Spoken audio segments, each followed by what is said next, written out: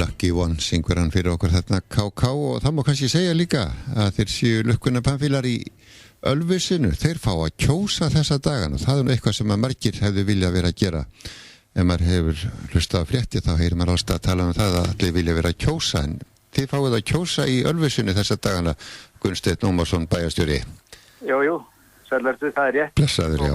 Þið fáið að kjósa og ég var að skoða einmitt áðan þáttökutölur, kjörsókn í Ölfusi. Þetta svo mikil tæknin orðin í kringum ykkur að maður getur séð hversu margir eru búin að kjósa. Já, þetta er svolítið spennandi. Það er náttúrulega það sem er kannski, það er eitt af því sem er spennandi við þessar kosningar er með þessi aðferðafræði sem að notu. Þetta er eingöngu rafrænt. Já. Þannig að það er hægt að fylgjast með og það eru birtar upplýsingar á heimasíðan okkar, ölfus.is, kjörsókn. Já. Og þið byrjuðið 17. mars síðastliðin og hvað stendur þetta yfir lengi? Þetta eru 10 heilu sólarhringar sem að kosningin stendur yfir. Já. Og ef þú rifjar það nú upp með okkur, Gunnsteinn, hvað er kosið? Það sem að sko er raunverulega kosið. Það er, við kosum nú kannski fremur að kalla þetta könnun þó svo að þetta sé í eðli sínu kosning. Já. Þá er verið að kanna hug íbúa til þess að bæjarstjórn sveitarfélagsins Ölfus ræði við annað eða önnur sveitarfélög sameiningu. Já. Það er lykil spurning í þessari könnun eða kosningu. Já, en svo hengdu þið eitthvað meira við? Jó, það var reyndar að því að þetta er kosningakerfi, þá er svo erfitt að vera að gera skoðanakannanir í því. Já. Þannig að það er svolítið erfitt að setja fram spurningar, þannig að þetta verða að vera svolítið beinskiptar spurningar og það er ekkert að keyra þess saman. Nei. Að þá raunverulega spurjum við ríkjaspurninga, það er þessi fyrsta sem ég er búin að fara yfir. Já. Hvort að fólk er fylgjandi við andvið tí að bæjarstjórnin fari í slíkar viðræður.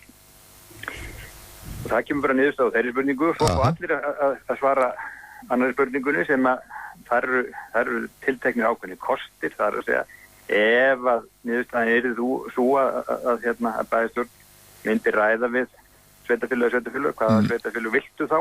Akkurat, já. Þar var nú reyndar ákveðið að hafa það ekkit of langan lista. Það voru bara næstu nágrannar.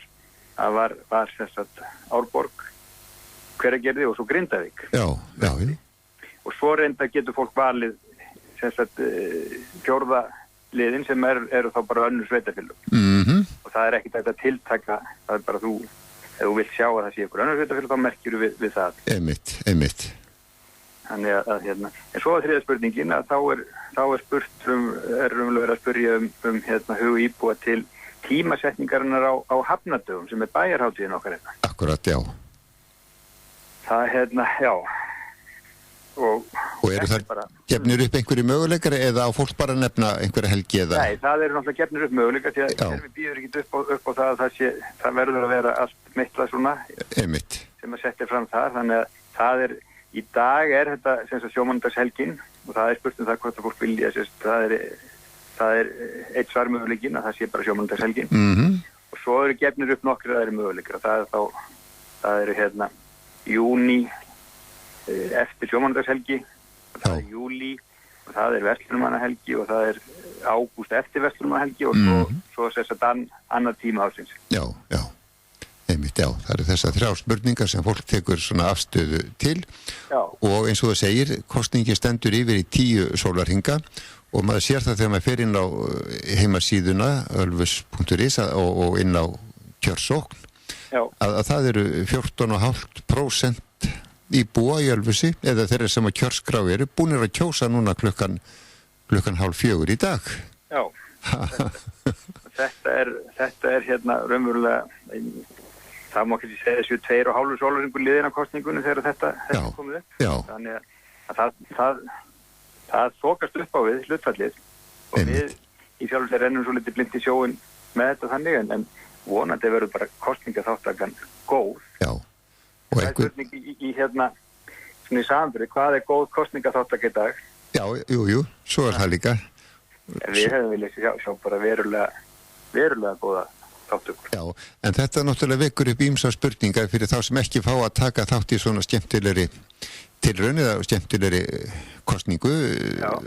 Þarna þarf að nota þá einhver rafræn skilríki eða hvað til þess að geta kosið því að ekki mega aðrir en íbúar í Ölfusi kjósa. Nei, það eru eingöngu íbúar í Ölfusi sem mega kjósa og það eru þeir íbúar sem eru á kjörskrá. Já.